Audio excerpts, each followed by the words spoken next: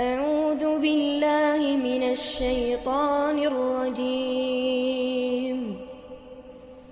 بسم الله الرحمن الرحيم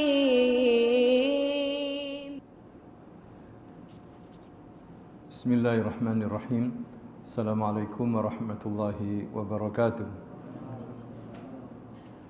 إن الحمد لله نحمده ونستعينه ونستغفره ونتوب إليه ونعوذ بالله من شرور أنفسنا وسيئات أعمالنا من يهده الله فلا مضل له ومن يضلل فلا هادي له أشهد أن لا إله إلا الله وحده لا شريك له وأشهد أن محمدا عبده ورسوله صلى الله عليه وعلى آله وأصحابه ومن تبعهم بإحسان إلى يوم الدين أما بعد إخواني وأخواتي في الله رحمكم الله أوصيكم ونفسي بتقوى الله فقد فاز المتقون.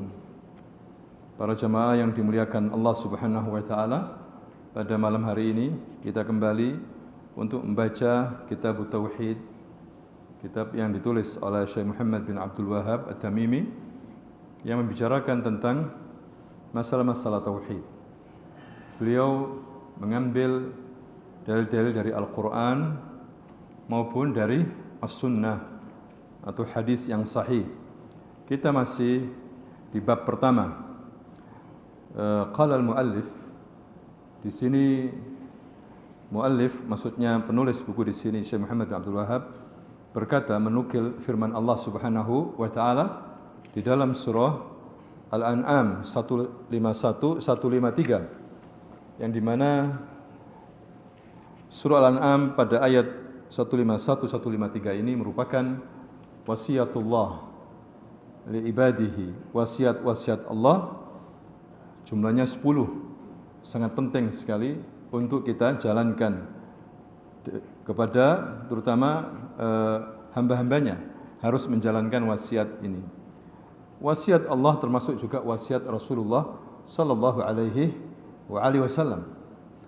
Di sini Allah Subhanahu wa taala berfirman, "Qul ta'alu atlu ma harrama rabbukum 'alaikum alla tusyriku bihi syai'an wa bil walidaini ihsana wa la taqtulu auladakum min imlaqin nahnu narzuqukum wa iyyahum wa la taqrabul fawahisha ma dhahara minha wa ma batan wa la taqtulun nafsa allati harramallahu illa bil haqq dzalikum wassaqum bihi la'allakum ta'qilun wa la taqrabu mal al-yatimi illa billati hiya ahsan hatta yablugha ashuddahu wa awful kayla wal mizana bil qisti la nukallifu nafsan illa wus'aha wa idza qultum fa'dilu walau kana dha qurba wa bi ahdillahi awfu dzalikum wassaqum bihi la'allakum tadhakkarun wa anna hadha sirati mustaqiman fattabi'uhu wa la tattabi'us subula fatafarraqa bikum an sabilihi dzalikum wassaqum bihi la'allakum tattaqun. Surah Al-An'am ayat 151 153 ini sekali lagi adalah wasiatullahi li'ibadihi. Ini wasiat yang sangat agung dari Allah kepada hambanya. Wasiat ini adalah suatu ketetapan, suatu perjanjian yang harus dikerjakan oleh seorang hamba agar hamba itu berbahagia dan selamat di dunia wal akhirah. Dikatakan di sini, qul ta'alau, katakan ya Muhammad kepada manusia, ya kepada umatmu, ta'alau, yakni kesini kalian, mari kalian, ya atlu ma harrama rabbukum alaikum, aku akan bacakan kepada kalian apa saja yang diharamkan Tuhan kalian kepada kalian. Ya, jadi di sini hadirin sekalian, Allah SWT memerintahkan nabinya agar membacakan wasiat ini kepada umatnya, kepada manusia. Ya, apa yang diharamkan Rabb kalian kepada kalian? Yang pertama adalah alla tusyriku bihi syai'a. Ya, jangan sampai kalian menyekutukan Allah dengan selainnya, sesuatu apapun. Ya, jangan sampai kita berbuat syirik. Berarti kita wajib untuk bertauhid. Di sisi lain di sini Allah Subhanahu wa taala hadirin sekalian mengharamkan syirik, berarti sisi lain Allah mewajibkan tauhid. Ya. Di sini yang pertama kali yang diharamkan oleh Allah adalah syirik. Karena syirik ini adalah dosa besar yang paling besar. Yang apabila orang mati dalam keadaan syirik, maka tidak ada ampun sudah. Ya, dia akan masuk neraka selama-lamanya. Allah tidak akan mengampuni dosa syirik. Tapi Allah mengampuni dosa selain syirik, hadirin sekalian. Maka di sini penting sekali kita untuk belajar tauhid. Apa itu syirik? Bagaimana macam-macam syirik?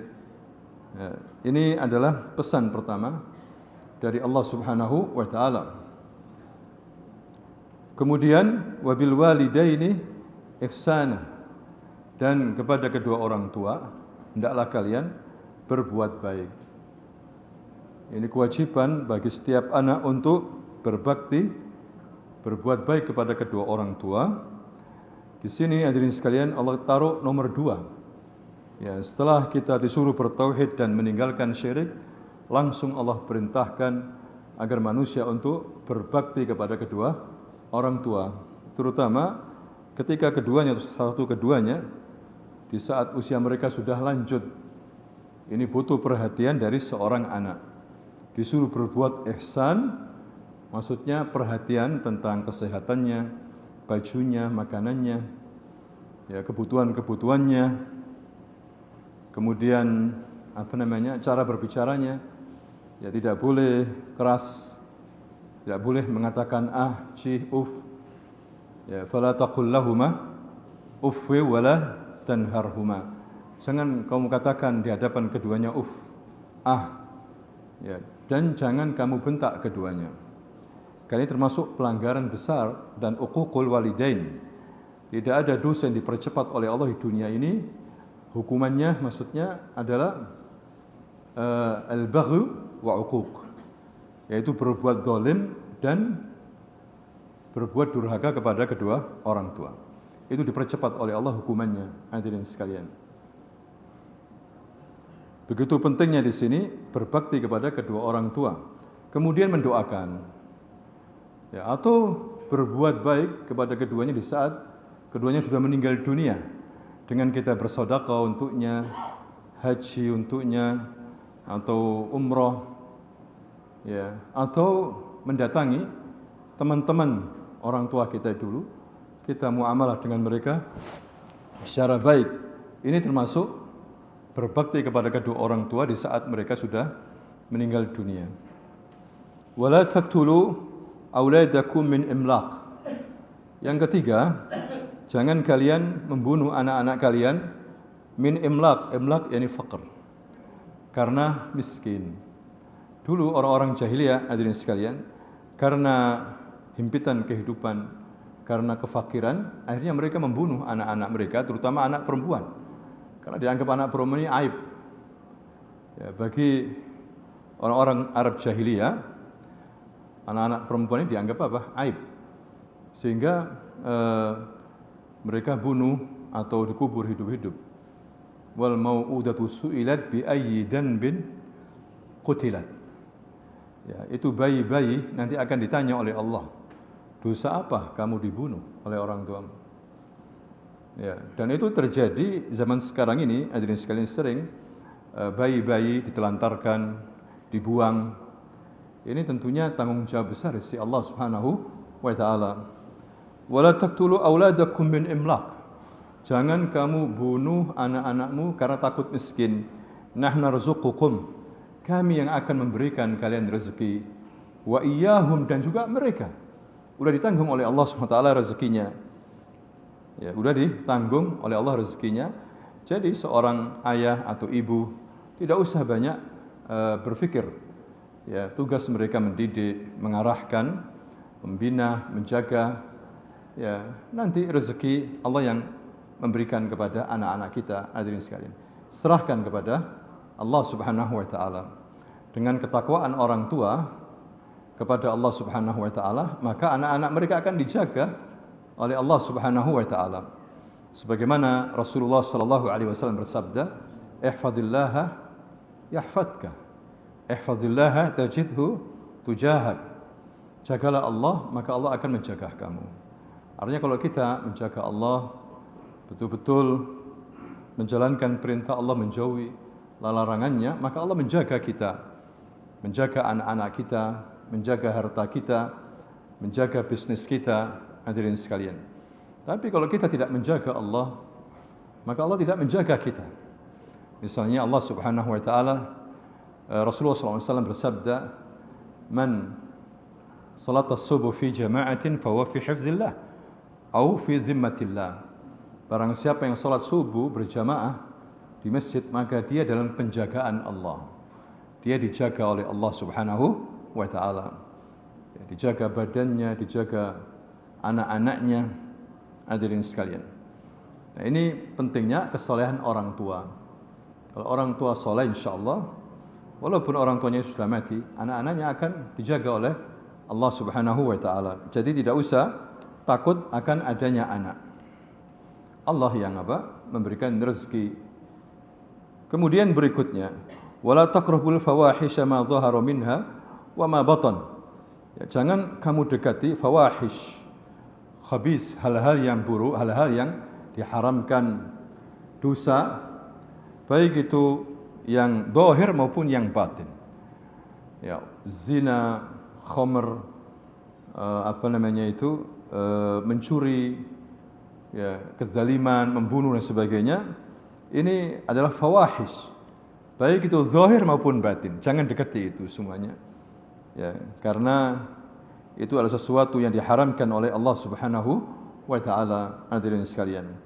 Ini tentunya wasiat yang luar biasa yang harus kita berhenti di ayat ini. Jangan asal membaca terus tapi kita tidak tadabbur. Sebagaimana Ibnu Qayyim rahimahullah mengatakan,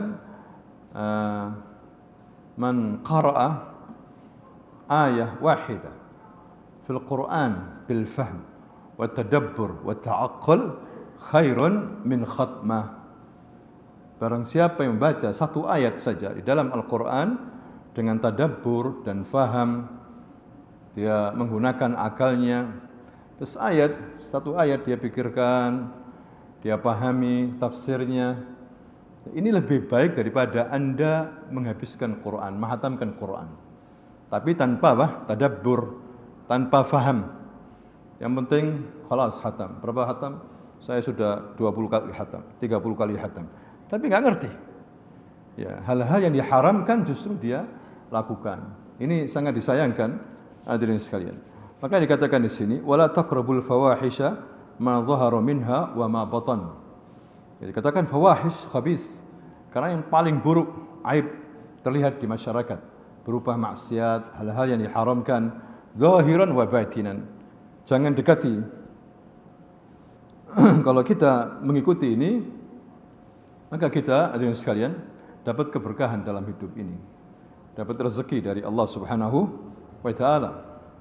Ya, law anna ahlal qura amanu wattaqau la fatahna 'alaihim barakatin minas sama'i wal ard walakin kazzabu fa akhadnahum bima kanu yaksibun. Seandainya suatu negeri itu bertakwa, beriman, ya betul-betul taat kepada Allah Subhanahu wa taala, menjauhi fawahish ma dhahara minha wa ma batan, maka Allah akan bukakan keberkahan rezeki dari langit dan dari bumi. Tapi kebanyakan mereka menentang, sehingga dihukum oleh Allah Subhanahu wa taala. Kemudian berikutnya diteruskan oleh Allah wasiatnya, wala taqtulun nafsal lati haramallahu illa bil haqq. Jangan engkau bunuh jiwa, ya, yang diharamkan oleh Allah kecuali dasar kebenaran, membunuh dalam peperangan atau dia diangkat oleh pemerintah sebagai eksekutor, ya, ini hal yang wajar, hadirin sekalian. Tapi kemudian membunuh dengan cara yang zalim, maka ini adalah suatu dosa besar.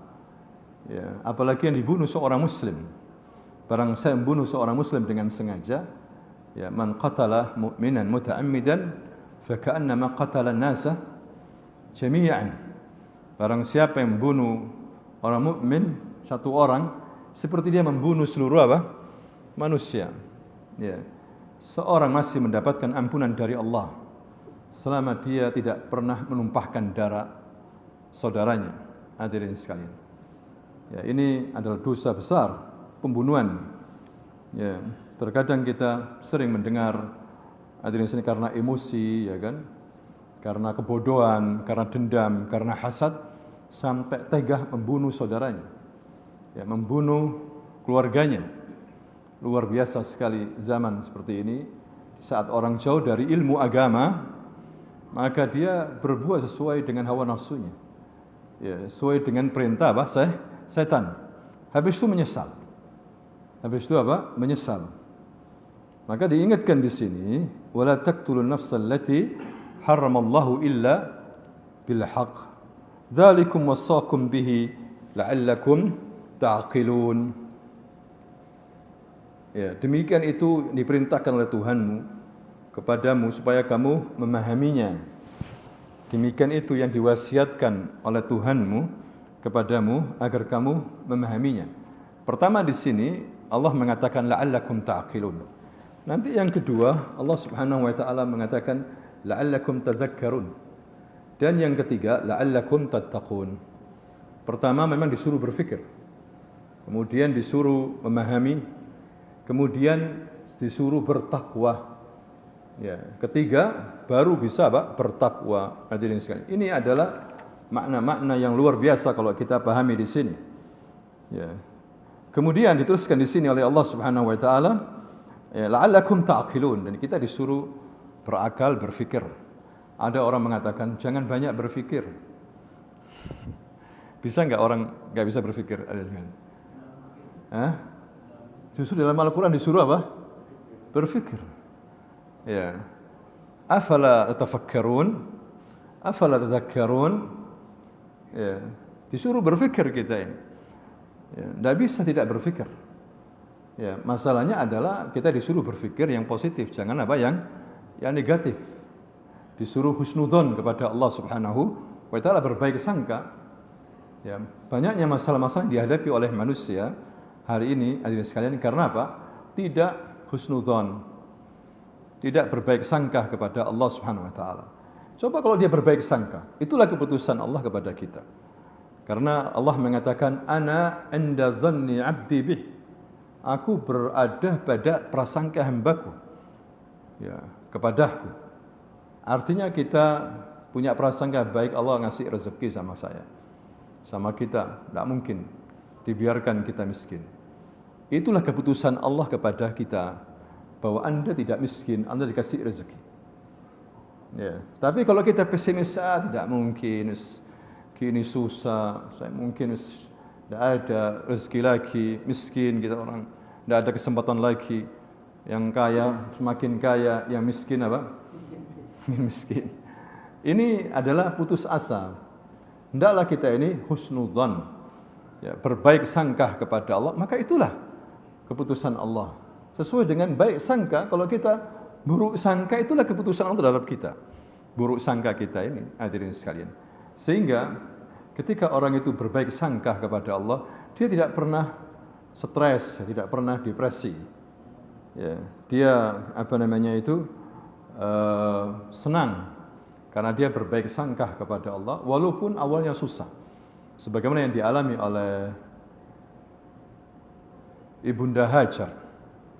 Ya, Ibunda Hajar alaihissalam, istrinya Nabi siapa? Ibrahim. Ketika sampai di Mekah, Nabi Ibrahim bersama istrinya dan putranya yang masih bayi ditaruh di cikal bakal, di situ dibangun rumah Allah. Mekah saat itu tidak ada manusia, tidak ada air. yakni tempat yang mengerikan. Ya. Kemudian ditinggal sama Nabi Ibrahim keluarganya. Hajar kaget. Dikejar suaminya, "Ya Ibrahim, tatrukuna fi hadzal wadi la insan walal ma wala anis." Tidak ada manusia, tidak ada teman, tidak ada air. Ya. Bagaimana engkau tinggalkan kita? Nabi Ibrahim tidak menjawab. Terus berjalan. Dikejar lagi sama Hajar. "Ya Ibrahim, wahai suamiku, engkau tinggalkan kita di sini?" Tidak menjawab. Sampai Hajar mengatakan, "Allah amruka bihadza?" Allah yang perintahkan kamu untuk meninggalkan kita? Naam. Baru dia menjawab, "Naam." Apa kata Hajar? Hajar penuh dengan iman hatinya, tawakal, husnudzan. Dia mengatakan apa? Perkataannya ditulis oleh para ahli tarikh sampai sekarang. "Idzan la yudayyi'una Allah." Kalau begitu Allah tidak menyia-nyiakan kita. Selama kepergianmu karena perintah Allah, Allah tidak akan membiarkan kita terlantar kehausan, mati. La. Ini husnudzonnya siapa? Hajar.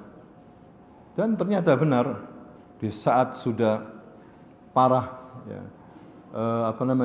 perbekalan habis, susu juga habis, air habis, anak menangis. Hajar berusaha untuk mencari, barangkali ada orang bantuan. Dia naik bukit Sofa, nggak ada orang, dia turun naik lagi ke bukit Marwah 7 kali. Disitulah kemudian air Zam-Zam muncul di bawah telapak kaki Ismail alaihissalam. Husnudzan billah, la yamutu ahadukum illa wahwa yusin billahi dzan. Jangan sampai kalian mati kecuali dalam keadaan apa? Berbaik sangka kepada Allah. Mau mati, waduh, saya masuk neraka. Lah, jangan katakan begitu. Ya. Saya masuk surga insyaallah. Saya masuk surga. Walaupun saya banyak dosa, Allah akan mengampuni saya. Maka itulah keputusan Allah terhadap Anda. Penting, jangan suudzon. Sudah percuma hidupku ini, sudah tidak ada yang bagus, semuanya rapot merah. Apa artinya sudah? Hancur aku. Akhirnya Allah membuat keputusan begitu kepada Anda, hancur. Harus husnudzan, terutama di akhir orang mau meninggal dunia, di saat dia putus asa lemah, berbaik sangkalah kepada Allah. Allah akan merahmati Anda, mengampuni Anda, masukkan Anda ke dalam apa? Surga. Dzalikum wasaqum bihi la'allakum ta'qilun. Itulah wasiat dari Tuhan kalian, ya, agar kalian berfikir. Jadi seorang muslim disuruh berfikir, ya, agar berakal. Jangan ngikut saja, enggak dipakai akalnya. Ya, enggak tahu yang benar yang salah, asal ikut saja. Ya, coba berfikir hadirin sekalian. Mana yang benar, mana yang salah. Ya, disuruh kita berfikir. La'allakum ta'qilun. Wala taqrabu malal yatimi illa billati hiya ahsan. Jangan engkau dekati harta anak yatim kecuali dengan cara yang paling terbaik. Anak yatim mungkin ada sebagian mereka punya harta warisan atau punya harta. Siapa anak yatim itu?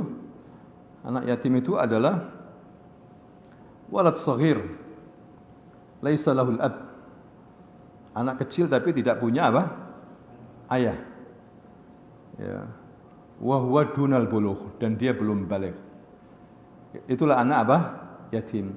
Kalau sudah baligh bukan anak yatim lagi. Tidak dikatakan apa? Secara hukum anak ya yatim. Ya, kalau Anda minta bantuan untuk anak yatim, tapi Anda melihara bukan anak yatim, dosa. Ya, ngomong aja orang miskin, tapi jangan anak ya yatim. Kalau anak yatim harus anak yatim. Anak yatim itu yang ditinggal mati ayah yang dia belum balik. Kalau sudah balik bukan anak yatim, hadirin sekalian. Dan ini adalah penting sekali untuk kita perhatian sama anak yatim. Karena Rasulullah sallallahu alaihi wasallam bersabda, "Ana wa kafil yatim kahataini fil jannah." Aku bersama orang yang ngurusi anak yatim seperti ini di surga. Wa asyara bis sababa wal wusta. Dia memberikan isyarat jari telunjuk dan jari tengah. Artinya sangat dekat sekali orang yang perhatian sama anak yatim, membantu anak yatim, ya, ngurusi sekolahnya, SPP-nya, kesehatannya, bajunya. Hadirin sekalian, ini pahala besar. Pahala besar di sisi Allah Subhanahu wa taala dan akan bersama Rasul di surga. Ya, tapi tidak mudah untuk mendapatkan anak yatim. Di masyarakat kita, kalau ada anak yatim rebutan seharusnya kita bantu semuanya. Di zaman Rasul anak yatim itu enggak ada yang miskin, kaya semuanya. Ya, bukan menunggu waktu Ramadan membantunya. Ya, kaya rebutan anak yatim. Tapi kebanyakan anak yatim itu ada di daerah atau negara yang banyak terjadi peperangan. Ya, dulu misalnya di Kamboja, banyak anak yatim kaum muslimin karena dibantai umat Islam. Ya, satu rumah itu ada 5 anak, 4 anak.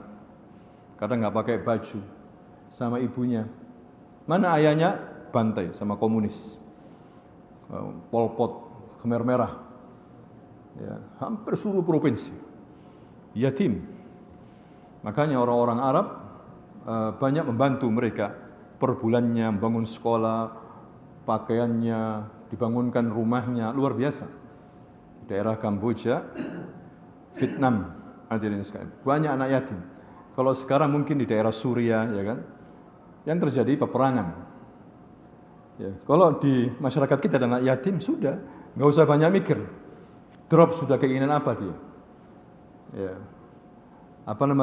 penuhi kebutuhannya.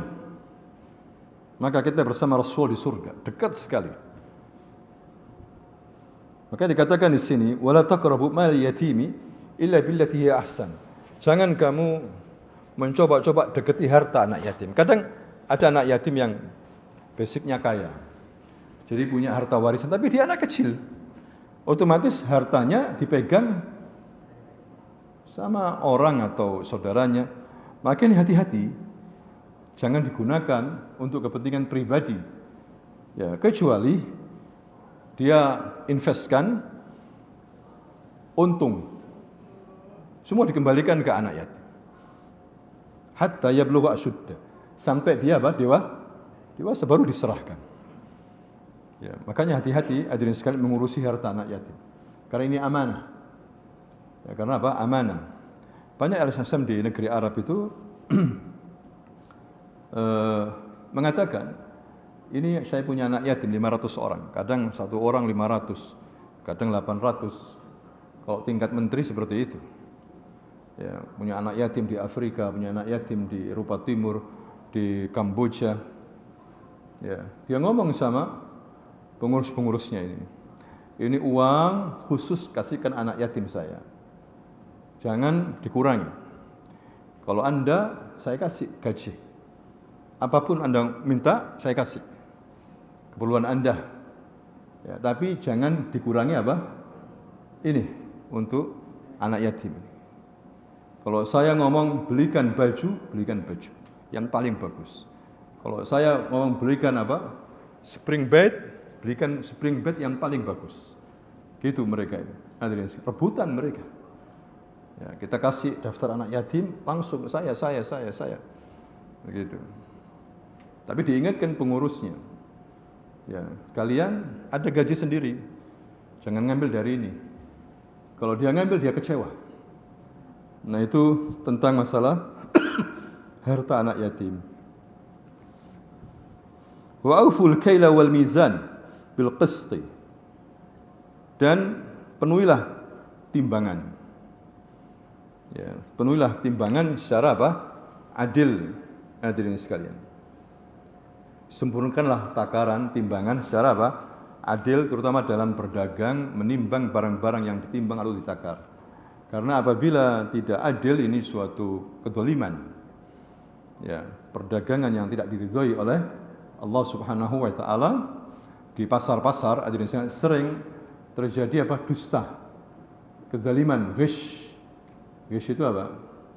Curang.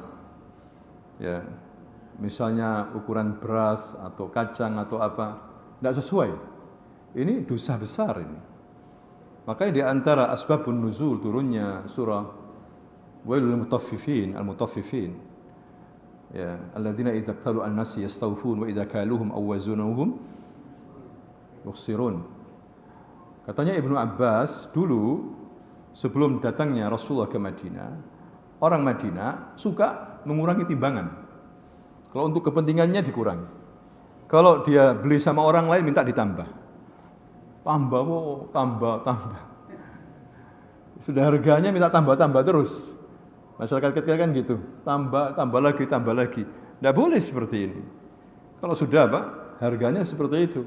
Tapi kalau dia menimbang, dicurangi. Dulu katanya Ibnu Abbas, ahli Madinah berbuat curang. Maka tatkala Rasulullah datang, turunlah ayat ini, wailul mutaffifin. Maka mereka langsung merubah akhlak mereka. Ya, sehingga mereka memenuhi timbangan dengan cara adil. Sampai dalam perdagangan, hadirin sekalian. Ya. Perdagangan itu adalah suatu usaha yang sangat-sangat dicintai oleh Allah Subhanahu wa taala, bisnis dagang. Dan umat Islam dari dulu adalah entrepreneur. Ya, pedagang-pedagang ulung. Di samping mereka berdagang, mereka berdakwah. Dan itu adalah usaha para nabi. Rasulullah juga berdagang.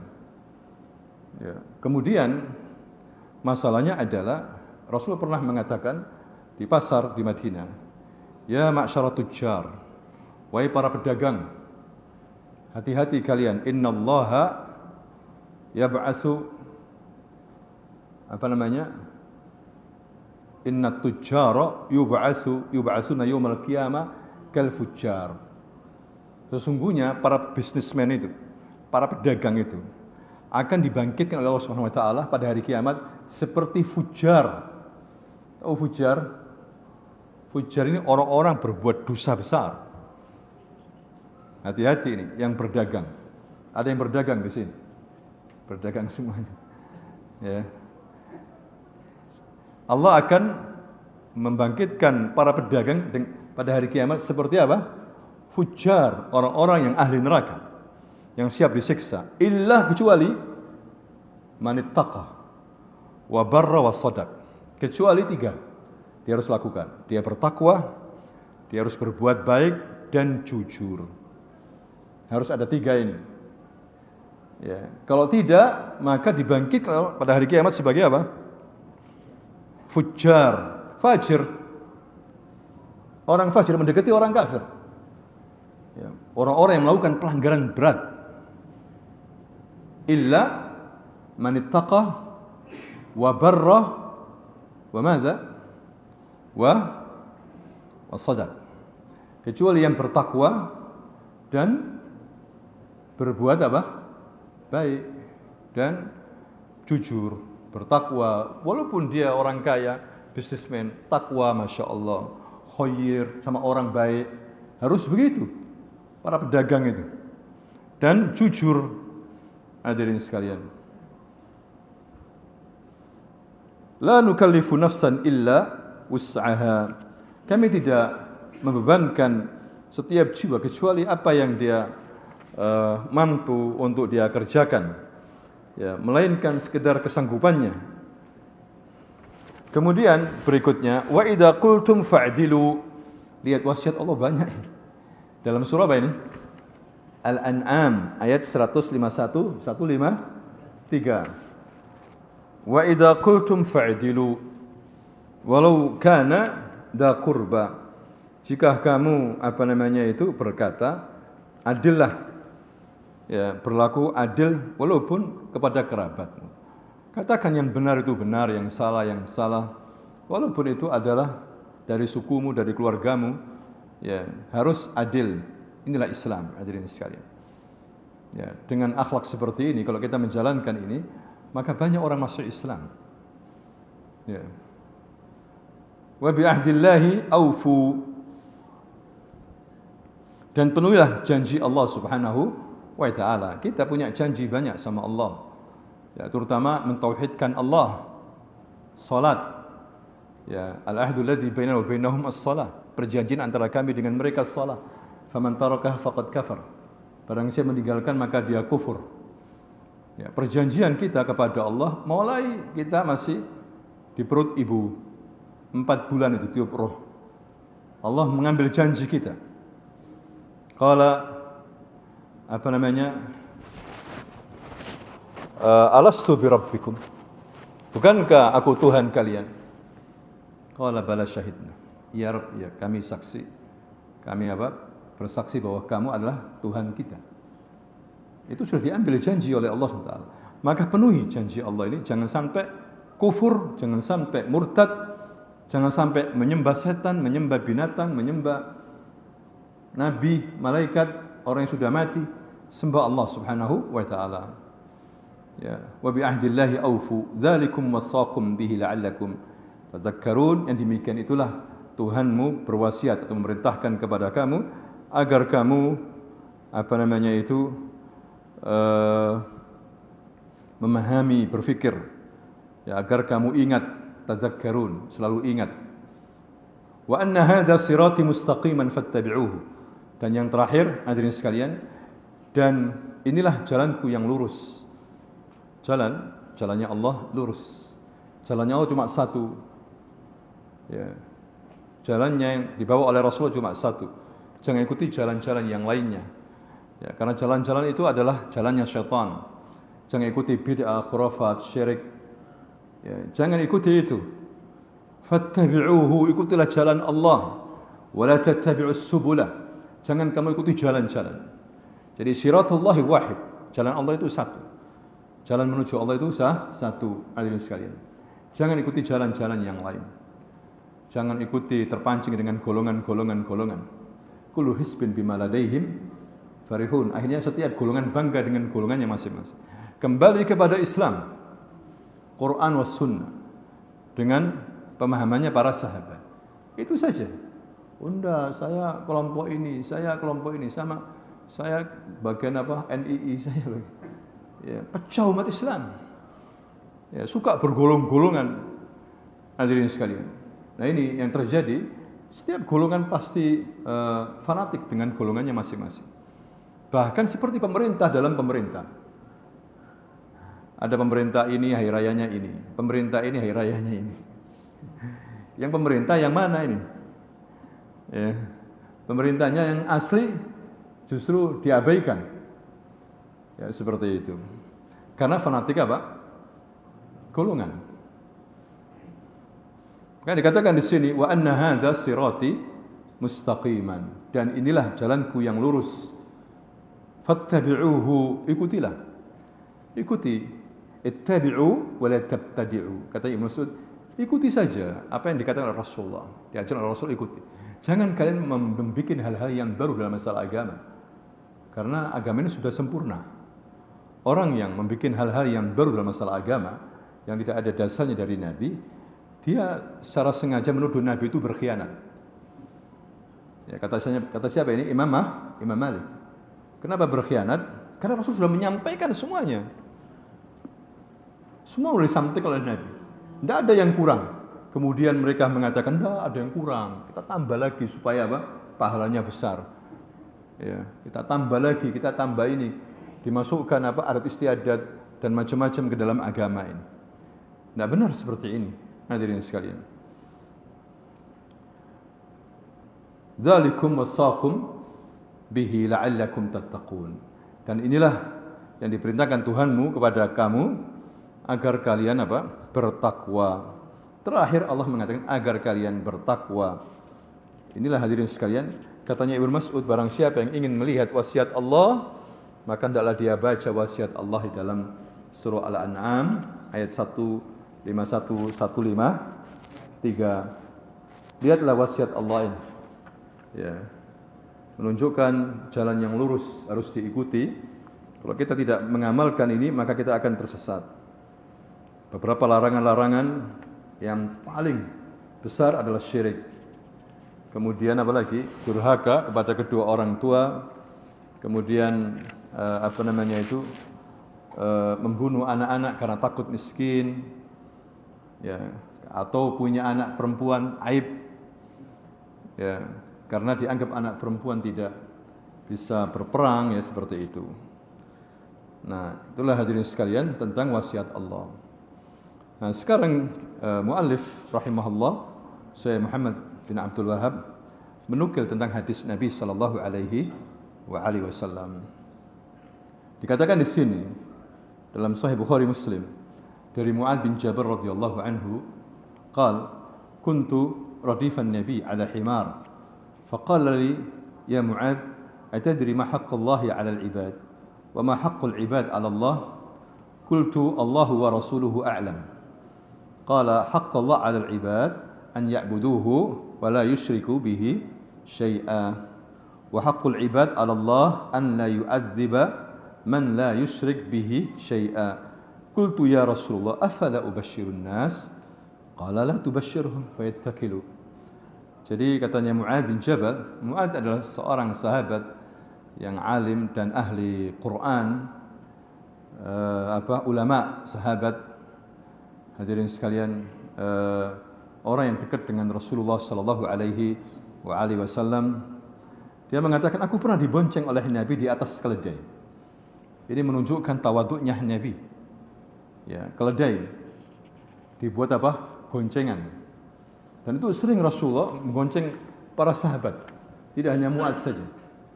Menunjukkan tawaduknya Nabi sallallahu alaihi wasallam.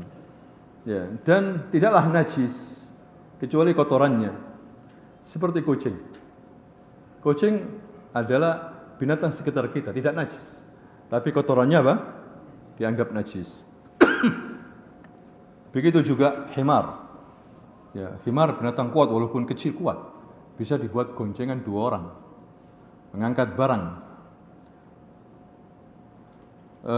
Faqala li, tiba-tiba Rasulullah mengatakan, ya Mu'adz, atadri ma haqqullah 'alal 'ibad? Wahai Mu'adz, tahukah kamu apa hak Allah atas hamba? Hak Allah atas hamba, wa ma haqqul 'ibad 'ala Allah, dan hak hamba atas Allah Subhanahu wa taala. Maka Mu'adz menjawab, qultu Allah wa rasuluhu a'lam. Mu'adz menjawab, Allah dan Rasulnya lebih tahu. Padahal Mu'adz ini orang yang pandai, tapi dia tidak mau menjawab di hadapan guru besarnya, adab. Dia mengatakan Allah dan Rasulnya apa? Lebih tahu. Waktu itu Rasul hidup, kalau sekarang Rasul sudah meninggal dunia.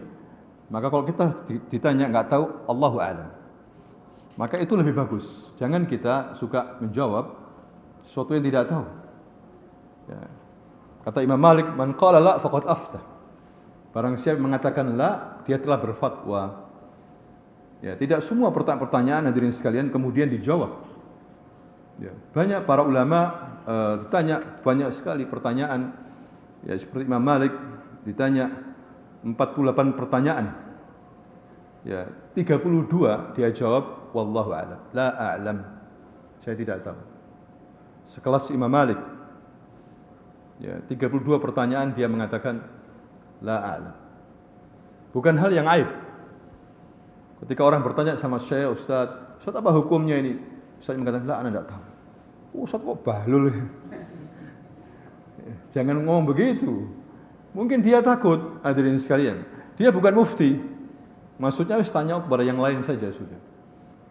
Ya, aku takut nanti jangan-jangan salah. Dan sampai orang itu berani sekarang ini menjawab pertanyaan. Terlalu berani. Ya. Nah, ini akhlak para ulama, hadirin sekalian. Terkadang dia ditanya 100 pertanyaan, cuma dia jawab 5 pertanyaan saja. Ya, tawaduknya dia khawatir, hadirin sekalian. Seperti Mu'adz bin Jabal ditanya oleh Rasulullah, dia tidak menjawab. Dia hanya mengatakan Allahu wa rasuluhu a'lam. Maka Rasulullah mengatakan qala haqqu 'alal ibad an ya'buduhu wa la yusyriku bihi syai'an. Hak Allah atas hamba adalah hendaklah hamba itu beribadah hanya kepada Allah dan tidak berbuat apa? Syirik. Itu hak Allah mutlak sudah. Allah paling benci lihat orang berbuat syirik. Ya. Dosa besar yang paling besar. Wes jangan berbuat syirik, sembah Allah, jangan berbuat syirik. Sampai mati. Hadirin sekalian, kita akan masuk surga. Kita akan masuk apa? Surga. Wa haqqul ibad 'ala Allah, dan hak hamba yang harus dimiliki oleh hamba dari Allah SWT. Haknya hamba apa? An la yu'adzib man la yusyrik bihi syai'an. Allah tidak akan mengazab siapa saja yang tidak berbuat apa? Syirik. Itu Mu'adz bin Jabal gembiranya luar biasa dengan hadis. Allah tidak akan mengazab hambanya selama hambanya tidak berbuat apa? Syirik. Artinya mungkin dia dosa yang lain. Selama dia tidak berbuat syirik, tidak diazab oleh Allah SWT. Makanya Mu'adz mengatakan, ya Rasulullah, afala ubashirun nas? Bisakah aku kasih kabar gembira kepada manusia ini? Ini luar biasa ya Rasulullah. Ya, keutamaan tauhid dan bahaya syirik. Bisa aku kabarkan ini kepada manusia? Kata Rasulullah, la, jangan dulu. Fayattakilu, maka mereka akan apa? Meremehkan nanti. Yang penting enggak berbuat syirik, mau khomer, mau apa? Fayattakilu, jangan sekarang, maksudnya jangan. Tapi kenapa sampai hadis ini kepada kita? Para Rasul mengatakan jangan beritahu manusia, kalau bahasa kita, jangan beritahu dulu. Nanti manusia akan meremehkan. Tapi kenapa kok sampai diceritakan oleh Mu'adz? Katanya rawi di sini waktu Mu'adz mau meninggal dunia usia tua, takut dia menyembunyikan ilmu. Ini lebih parah nanti. Akhirnya dia sampaikan hadis ini. Ketika mau apa? Mati. Disampaikan hadis ini oleh Mu'adz bin Jabal. Takut dia dianggap menyembunyikan apa? Ilmu. Dia mendengar langsung dari Rasulullah, apalagi goncengan himar. Hadirin sekalian. Sehingga mau nggak mau disampaikan. Nah, ini kabar gembira bagi orang yang bertauhid dan menjauhkan apa? Syirik. Diampuni dan tidak diazab oleh Allah Subhanahu wa taala. Jadi hadirin sekalian, penting sekali pelajaran tauhid ini. Ya. Terus diulang-ulang, anak-anak kita begitu juga diajari. Karena banyak di masyarakat kita, amalan-amalan kesyirikan ini banyak sekali. Peninggalan-peninggalan Hindu, Buddha, itu masih diambil oleh umat Islam. Ya, banyak sekali, terutama di daerah Jawa ini. Wallahu ta'ala a'lam bishawab. Subhanakallahumma wa bihamdika asyhadu an la ilaha illa anta astaghfiruka wa atubu ilaik. Assalamualaikum warahmatullahi wabarakatuh.